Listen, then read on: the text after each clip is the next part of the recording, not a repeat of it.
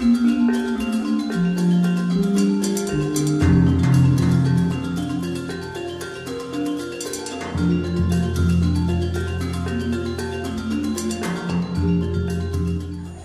penonton setia Radar Bali.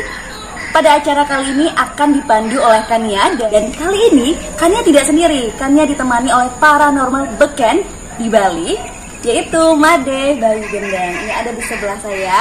Salam Rahayu. Salam Rahayu.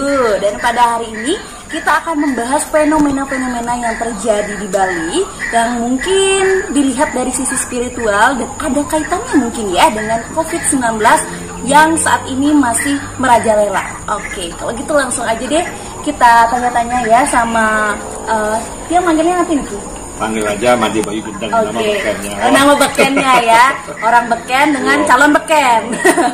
Oke, saya manggil Jero Made ya. Nah, boleh Jero Made, boleh. Pak Made Bayu Gendang boleh. Siap, tambah ganteng ya. Wah, Made Bayu Ganteng boleh. Siap, oke.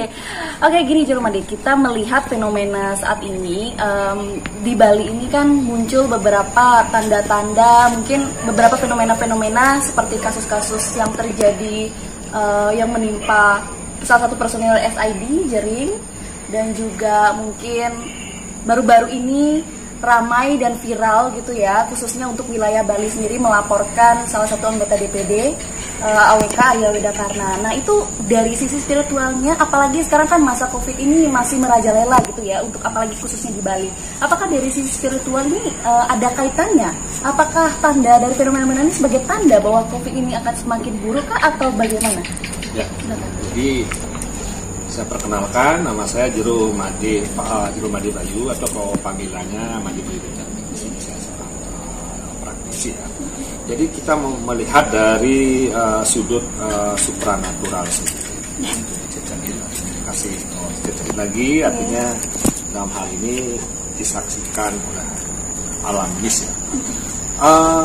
Jering atau juga Arya Weda dan lain sebagainya, tokoh-tokoh itu sebenarnya mereka adalah orang-orang yang taksu, orang bilang ya, taksu yang dinaungi oleh taksu.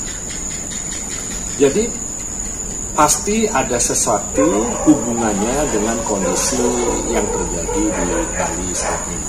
Itu pasti ada hubungannya. Itu secara spirit ya, secara supranatural ya. Kenapa saya katakan seperti itu? Karena harus kita ketahui bahwa Bali ini adalah sebuah pulau yang mempunyai energi taksu yang sangat luar biasa. Jadi semuanya yang terjadi pasti ada hubungan-hubungan, baik itu hubungan secara fisika maupun hubungan-hubungan secara metafisika itu sendiri. Fenomena ini masuk tahun 2020. 2020 itu adalah elemennya elemen logam positif.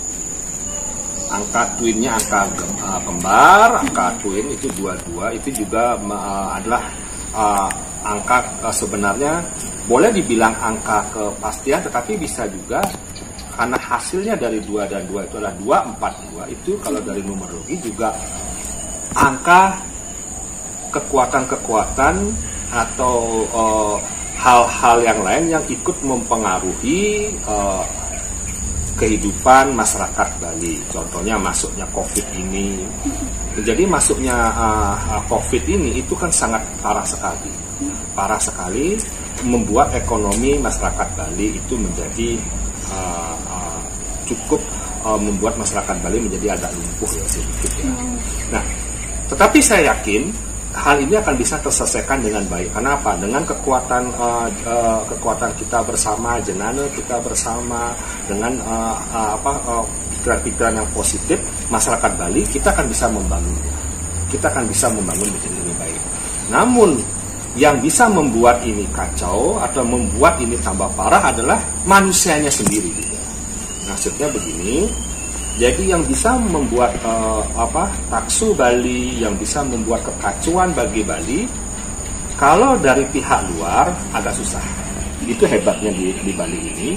Yang bisa membuat agak lemah justru kalau masyarakatnya atau orang-orang atau oknum daripada masyarakat di Bali ini yang malah membuat kondisi ini menjadi meruncing. Jadi di sanalah kita harus kembali pada mulat sarire. Kita harus tahu bahwa yang bisa mempertahankan taksu ini adalah kita sendiri. Yang bisa juga membuat melemahnya taksu daerah Bali adalah kita sendiri. Berarti dengan adanya fenomena-fenomena muncul ini kan, seperti mungkin yang baru viral kemarin itu dari pertama yang sidangnya jering itu berapa, ada yang melakukan demo, begitu juga AWK ada juga yang melakukan demo, dan itu mayoritas itu masyarakat Bali sendiri. Berarti dalam artian melalui fenomena itu apakah taksu di Bali ini juga bisa disebut luntur begitu? Tidak seperti itu sebenarnya. Bisa kita ambil kesimpulan seperti itu. Orang demo pasti ada alasan. Seseorang demo, kelompok demo, masyarakat demo pasti ada alasan. Kalau tidak ada alasan tidak mungkin terjadinya demo. Pasti ada sesuatu. Yang terpenting ketika masyarakat itu demo, masyarakat yang demo itu harus bisa menjaga keamanan. Kita tidak bisa melarang orang itu untuk berdemo. Masyarakat untuk berdemo juga tidak bisa dilarang karena itu sudah ada diatur oleh undang-undang. Masyarakat demo itu pasti ada penyebab. Kalau tidak ada penyebab, mereka tidak akan mungkin berdemo. Tapi yang harus kita ketahui dalam sebuah demo itu memang pasti ada landasan yang sama orang untuk berdemo. Alasannya apa untuk berdemo? Contohnya kasus jering, pasti ada alasan kenapa mereka berdemo kasusnya jering. Begitu juga kalau kasusnya Arya Weda, pasti ada alasan kenapa mereka mendemo Arya Weda. Namun yang perlu diketahui dalam setiap orang demo, karena jumlah orang demo kan bukan cuma puluhan, kadang ada ratusan, bahkan sampai ribuan. Itu kadang-kadang belum tentu mempunyai pemikiran yang sama. Itu harus kita maklum, karena namanya manusia sedemikian banyak, itu belum tentu mempunyai maksud dan tujuan yang sama. Tapi kita harapkan bahwa tujuan-tujuan yang sama itu adalah tujuan yang lebih baik untuk Bali sendiri secara keseluruhan. Karena apa? Energi taksu yang sangat luar biasa ini, kalau kita lihat, yang bisa membuat lemah memang masyarakat kita sendiri. Jadi kita kan bagian daripada negara Indonesia, dan kita harus tahu bahwa Bali ini kan mahkotanya atau pusat daripada spirit dunia. Bahkan di Indonesia sendiri, Bali itu sudah sebagai ibaratnya seperti keindahan yang sangat luar biasa, spirit yang sangat luar biasa. Bali ini harus diketahui kan, Bali adalah sebagai primadona daripada Indonesia sendiri. Bahkan Bali itu juga sekarang sebagai primadona dunia. Jadi dalam hal ini pasti banyak namanya seperti di mana ada gula pasti di sana ada semut. Jadi banyak orang-orang atau bahkan oknum-oknum yang ingin mengincar atau ingin mungkin ada tanda kutip niat-niat tertentu untuk Pulau Bali ini sendiri. Nah, jadi yang bisa mengontrol adalah kita sendiri, masyarakatnya sendiri. Jadi pada saat demo, agar tidak keluar daripada konteks daripada maksud daripada demo itu sendiri. Tujuan demo itu apa, maksudnya itu apa, arahnya kemana, itu jangan sampai keluar. Karena apa? Pasti dalam setiap kegiatan, apalagi kegiatan yang seperti itu bisa memancing daripada oknum-oknum. Itu yang harus kita sadari. Jadi kalau kita bicara seperti kita ambil ini Arya Weda sendiri yang kelahirannya 23 Agustus 1980, itu mempunyai angka-angka, ada angka 49, itu angka 49, ada angka 189. Angka 49 itu sebenarnya mempunyai energi yang sangat kuat dan cukup stabil. Jadi energi cukup kuat, stabil, dan energi yang cukup kuat, stabil ini juga bisa mempengaruhi orang lain. Makanya di sini kita harus hati-hati ketika seseorang yang mempunyai taksu, seseorang yang mempunyai power, itu hati-hati dalam berbicara. Karena apa? Karena kata-katanya itu bisa saja mempengaruhi atau bisa membuat polemik yang sangat besar. Jadi sebenarnya adalah tokoh-tokoh seperti ini harus bisa mengkontrol kepintarannya. Pintar oke, hebat oke, tetapi kalau kita tidak bisa mengkontrol daripada arah pembicaraan, tidak bisa mengkontrol daripada diri, itu sangat berbahaya sekali.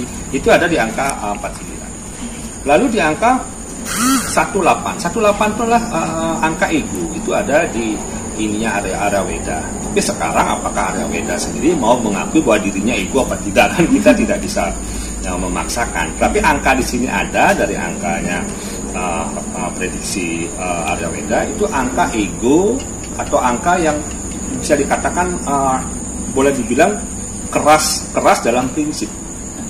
Tapi harus diketahui bahwa manusia itu tidak luput daripada ketidaksempurnaan.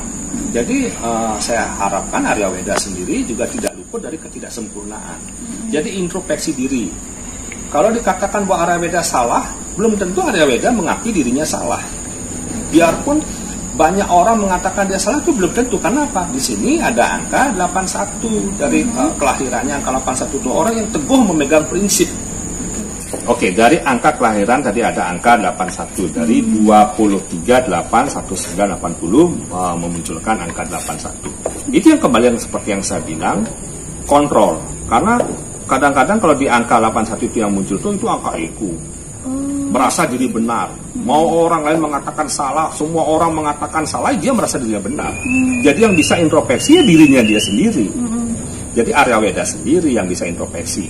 Karena apa? Karena dalam kehidupan itu kita perlu koreksi, perlu mendengarkan banyak pihak, perlu mendengarkan suara-suara rakyat. Ingat, DPD itu kan Dewan Perwakilan Daerah. Jadi kan sebenarnya tugas seorang anggota dewan di sana adalah mendengarkan suara-suara rakyat. Kalau suara rakyat tidak mau didengarkan, cuma suara diri sendiri kan susah.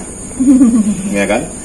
Jadi itu ada angka. Jadi kemudian ada angka 58. 58 itu adalah angka yang bisa diartikan di sini itu Arya Weda memang seseorang yang mempunyai angka tidak terputus. Jadi ada energi yang melindungi daripada Arya Weda sendiri.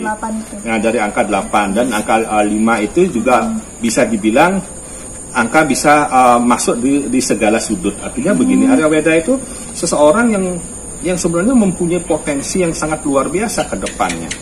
Tetapi harus kita ketahui, seseorang itu tidak bisa kita lihat dari sudut kebaikan saja. Ya. Jadi yang kita kritisi di sini adalah keburukannya. Kalau hal baiknya pasti ada. Tidak mungkin masyarakat memilih Arya Weda itu tidak ada sisi baiknya. Sisi baiknya ada, tetapi sisi yang kurang baiknya juga ada. Jadi yang kita kritisi adalah sisi yang kurang baiknya. Jadi ikut campurnya seorang Arya Weda dalam hal-hal konteks yang tidak dia pahami itu sangat kurang etis. Nah, jadi kita harus tahu porsi masing-masing. Seorang Arya Weda harus memahami, boleh Arya Weda itu banyak mempelajari dari segala sudut, baik itu sudut politis lah, mempelajari dari hal agama, keyakinan, sampradaya, dan lain sebagainya. Namun harus dikontrol pembicaraan itu agar tidak melukai. Sengaja atau tidak sengaja bisa melukai perasaan masyarakat, terutama masyarakat Bali. Arya Weda lebih bagus bicara, ini menurut saya ya, kembali ke masukannya, kembali ke Arya Weda sendiri, bicaralah pada apa yang menjadi wewenangnya. Bukan tidak boleh Arya Weda membicarakan dari sudut yang lain, sudut agama atau yang lain, itu bukannya tidak boleh. Namun ada yang lebih mewenang dalam berbicara yang hal-hal sensitif tentang keyakinan. Jadi yang lebih berwenang siapa? Contohnya lebih berwenang itu Pinandite, Sulinggih, dan orang-orang yang berkompeten dalam hal itu. Lihat dari gambaran kelahiran dari Arya Weda Karna sendiri, selanjutnya bagaimana Jero melihat pengaruhnya Arya Weda Karna dalam fenomena yang mungkin viral beberapa waktu lalu? Apakah memiliki tanda-tanda baik atau buruk mungkin ke depannya? Jadi kelahiran daripada Arya Weda itu adalah lahirnya Saniscara Umanis. Saniscara itu 9, Umanis itu 5, jumlahnya 14. Jatuhnya pada Lintang Begong. Lintang Begong itu orang yang pada lintang begong itu pembicaranya bisa menjadi viral. Tapi hati-hati, lintang begong itu juga di sana dikatakan lintang yang sering juga diduga melakukan hal-hal yang tidak sesuai dengan apa yang menjadi pikirannya, atau kadang-kadang tanpa sengaja atau disengaja kata-katanya itu menjadi berkonotasi atau orang berpikir berbeda. Itu ada bilang terfitnah, ada bilang apa-apa. Makanya ketika sudah mengalami lintang begong itu dalam kelahirannya harus hati-hati dalam berbicara agar tidak menjadi arah pembicaranya menjadi maksudnya ke kiri menjadi ke kanan atau mungkin ego-ego yang muncul, karena di sini juga kelahirannya itu ada bumi kepetak ya. Jadi bumi kepetak itu adalah bertahan pada prinsip dan ingin menunjukkan bahwa dirinya itu pintar. Itu juga ada. Jadi mungkin pada saat itu menunjukkan bahwa dirinya pintar. Sudahlah, kita tahu Arya Weda orang pintar. Kalau nggak pintar nggak mungkin menjadi seorang dokter, ya kan, dia dokter, dia pintar. Cuma kadang-kadang ada hal-hal sensitif yang mungkin harus dibatasi dari hal yang bisa dia bicarakan. Kalau kedepannya ini apakah dengan sosoknya dan dilihat dari kelahirannya apakah tetap berlanjut situasinya semakin keruh atau mungkin? Ya sekarang tergantung pada Arya Weda sendiri. Arya Weda sendiri yang bisa meredam persoalan ini. Tergantung kepada Arya Weda sendiri. Arya Weda sendiri bisa introspeksi diri, bisa mulat sarira, bisa menekan ego. Nah, begitu juga kalau kita kembali pada pada Jering ya. Kalau kita lihat pada Jering. Kita melihat sosok dari Jering sendiri yang juga beberapa waktu lalu sempat menjalani sidang di Pengadilan Negeri Denpasar. Jering itu kan lahirnya 10 Februari 1977. Jering mempunyai angka prediksi itu 156. Yaitu ada 123. Angka 123 itu pada umumnya dimiliki oleh orang-orang yang tidak bisa mengendalikan kemarahan atau ledaan-ledaan kemarahan. Bisa dikendalikan kemarahan atau mengendalikan daripada emosi tersebut adalah kembali seperti yang saya katakan Arya Weda itu mengkontrol diri. Ya, kita maklum Jering itu masih muda. Jadi tata bahasanya apanya namanya juga masih muda kan. Jadi saya juga tahulah sedikit tentang Jering. Jadi kadang-kadang kontrol bicaranya itu juga yang maksudnya baik menjadi penilaian oleh kelompok-kelompok tertentu menjadi nampak menyinggung perasaan. Itu angka 123. Angka 123 itu mempunyai semangat yang meledak-ledak. Jadi Jering ini maksudnya sebenarnya baik, tujuannya baik. Tujuannya apa? Itu untuk masyarakat Bali. Jering itu mempunyai pendapat dari kesimpulan-kesimpulan yang dia dapatkan itu akhirnya mengambil kesimpulan seperti yang dikatakan dia. Ya. Sekarang saya akan memprediksi atau ramalan tentang Jering STI. Kelahirannya 10 Februari 1977. Dari prediksi itu menghasilkan beberapa angka-angka prediksi Bayugana. Jadi ada angka 123 dan ada angka 156. 123 itu adalah angka menunjukkan seorang yang mempunyai semangat luar biasa. Orang yang mempunyai energi yang sangat luar biasa, menggebu-gebu. Tetapi ada kelemahannya, tidak bisa kontrol dari segi emosi. Nah, saya tahu karena saya juga ada sering dulu pernah ketemu lah dengan Jering zaman-zaman dulu karena kita satu kampus dulu. Satu kampus dulu di Universitas. Ya. Jadi memang karakternya seperti itu. Jadi Jering itu sebenarnya orang yang baik. Tujuannya itu baik, cuma dalam hal ini penyampaiannya mungkin ada menggores hati kelompok tertentu, ada seseorang lah.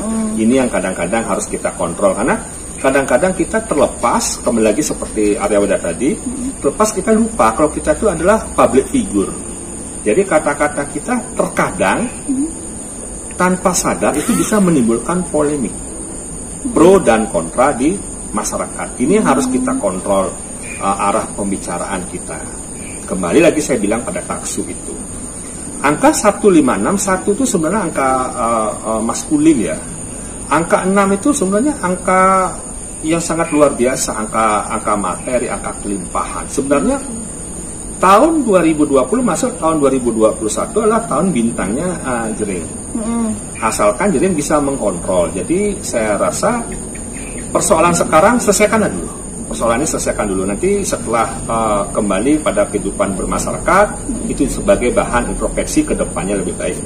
Jadi juga hal ini bisa terjadi kepada semua manusia, bukan kepada jering ini. Sebenarnya kita ini bersyukur bisa diberikan contoh-contoh seperti ini. Jadi kita jangan selalu menghujat Arya Weda, menghujat jering bahwa mereka seperti itu. Ini kita untuk diri kita. Kita pun bisa melakukan hal yang sama. Kita pun bisa melakukan kesalahan yang sama. Jadi persoalan jering, persoalan Arya Weda itu sebenarnya persoalan yang bisa terjadi pada siapa saja, termasuk kita sendiri. Jadi kita diberikan contoh bahwa berhati-hatilah dalam mengucapkan sesuatu. Berhati-hatilah dalam menyampaikan sesuatu, harus ada kontrol diri. Nah, padahal maksudnya jering itu kan baik, tapi pada saat yang mengucapkan sesuatu pada kondisi yang mungkin tidak sesuai dalam perkataannya dia, jadi tata bahasanya mungkin dianggap tidak sesuai. Jadi maksud yang baik kemudian bisa dipolitisir menjadi hal-hal yang kurang etis. Nah, sama seperti Arya Weda sendiri. Jadi kata-kata yang dia ucapkan kemudian tanpa dia sadari menimbulkan polemik. Karena apa? Karena penguasaan daripada pemahaman yang dia yakini itu benar belum tentu benar menurut masyarakat. Tapi dengan persoalan yang mungkin dialami sosok Jering sendiri saat ini, apakah kedepannya dengan karakternya dia yang menggebu-gebu dan membara itu sendiri, apakah sosok bintangnya dia juga sebagai bintang akan muncul juga? Bintang ini kan seperti saya bilang, Satrio Pinayungan. Bintangnya sangat luar biasa, junjung derajat. Jadi Jering pun seperti itu. Jering itu sudah punya bintang, dia bintang. Dia sangat luar biasa sekali. Hanya sekarang kan, walaupun seorang bintang di dunia itu harus bisa mengkontrol daripada dirinya sendiri. Kita harus tahu kan, dalam di dunia ini pun banyak bintang yang muncul. Tetapi kembali itulah Rua Bene itu, di mana ada kebaikan, di mana ada keburukan, dan di antara kebaikan dan keburukan ada juga di tengah-tengah seperti itu. Makanya harus kalau di Bali kan namanya poleng sudemale. Nah, jadi di antara hitam dan putih juga ada yang di tengah-tengah. Nah,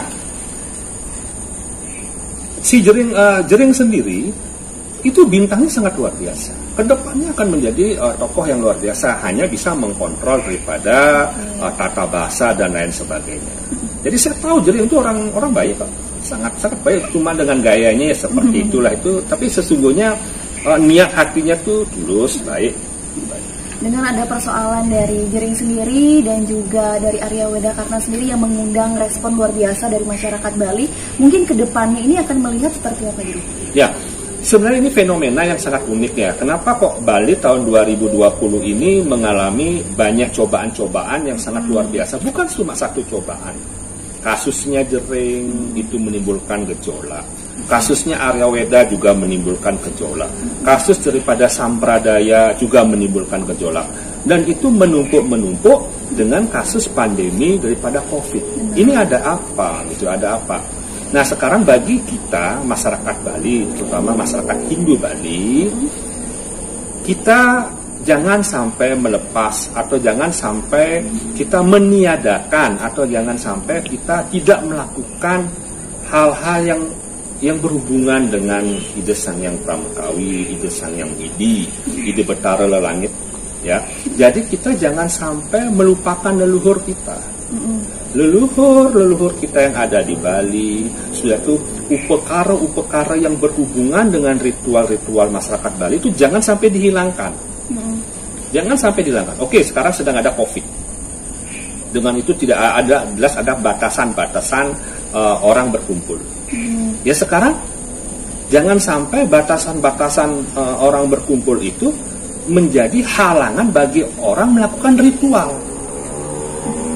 Yang benar adalah kita introspeksi diri. Kan sebenarnya masyarakatnya yang dibatasi supaya jumlah berkumpulnya berapa.